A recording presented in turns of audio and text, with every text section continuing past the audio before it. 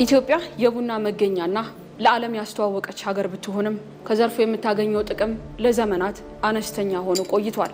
ይሁን እንጂ ከቅርብ ዓመታት ወዲህ እየተተገበሩ ባሉ ሀገራዊ ሪፎርሞችም የቡናው ዘርፍ በታሪክ ከፍተኛ የተባለውን ገቢ ማስመዝገብም ጀምሯል። የኢትዮጵያን የ20 ዓመታት የቡና ጉዞ ስንመለከት አስገራሚ እድገትም እየታየበት ይገኛል። በ1994 ዓ.ም 110,000 ቶን ቡናን በመላክ ከ$162,000 በላይ ገቢ ተገኝቶ ነበር።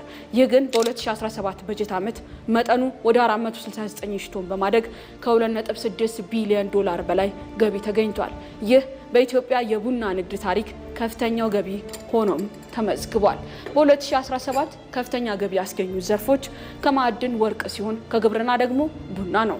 ለስኬቱ አስተዋጽኦ ያደረጉ ዋነኛ ምክንያቶች ደግሞ የምርታማነት መጨመር አንዱ ነው። በአረንጓዴ አሻራ መርሃ ግብር የሚተከሉ ችግኞችና የባለ ሀብቶች ዘመናዊ የአመራረት ዘዴ ለምርት እድገቱ ትልቅ ድርሻም አበርክተዋል።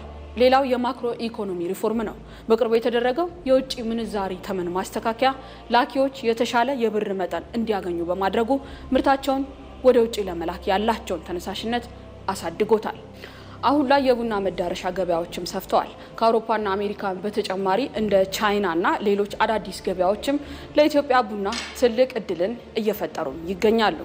ሌላኛው ለእድገቱ ዋነኛ አስተዋጽኦ ያበረከተው ልዩ ጣዕም ወይንም ስፔሻሊቲ ቡናን ስንመለከት የኢትዮጵያ ቡና ከዚህ ቀደም በዓለም ገበያ ያለው ተፈላጊነት ዋጋ እንዲጨምር አድርጎታል። የኤክስፖርት ዘርፍም ከፍተኛ መነቃቃት እየታየበት ይገኛል። ስኬታማ ቢሆንም አሁንም ድረስ ግን ኮንትሮባንድና በዝግጅት ሂደት የሚፈጠሩ የጥራት መጓደሎች እንደ ዋነኛ እንቅፋትም ይጠቀሳሉ። በተጨማሪም የአውሮፓ ሕብረት ያወጣው አዲሱ የደን ጭፍጨፋ ደንብ ላኪዎች የምርት ሂደታቸውን በቴክኖሎጂ እንዲያስደግፉና ተከታታይነት ያለው መረጃ እንዲያቀርቡ ግፊት እያደረገ ይገኛል። ይህንን ችግር ለመቅረፍም የዲጂታል ግብይት ስርዓትን በማስፋፋት ከአርሶ አደሩ እስከ ውጭ ገዢ ድረስ ያለውን ሰንሰለት ለማሳጠርና ግልጸኝነትን ለማስፈን በትኩረት እየተሰራ ይገኛል። የኢትዮጵያ ቡናና ሻይ ባለስልጣን በቂ የቡና ምርት ቢኖርም ወደ ማዕከላዊ ገበያ የሚቀርበው መጠን ግን አነስተኛ መሆኑን ያወጣው መረጃ ያሳያል። ባለስልጣኑ በቀጣዮቹ 3 ወራት ውስጥ የተከማቸ ምርትን ለዓለም ገበያ ለማቅረብ ከፍተኛ ርብርብ እንደሚደረግም አስታውቋል።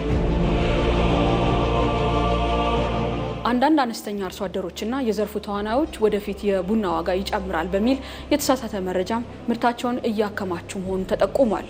የድርጊት አሁን ያለውን ምቹ የዓለም ገበያ ዋጋን ኢትዮጵያ እንዳትጠቀም እንቅፋት እየሆነባት መሆኑን የገለጸው ባለስልጣኑ የህብረት ስራ ማህበራትና ሌሎች መገናኛ ብዙሃን በቅንጅት የግንዛቤ ማስጨበጫ ስራ እንዲሰሩ ጥሪ አቅርቧል።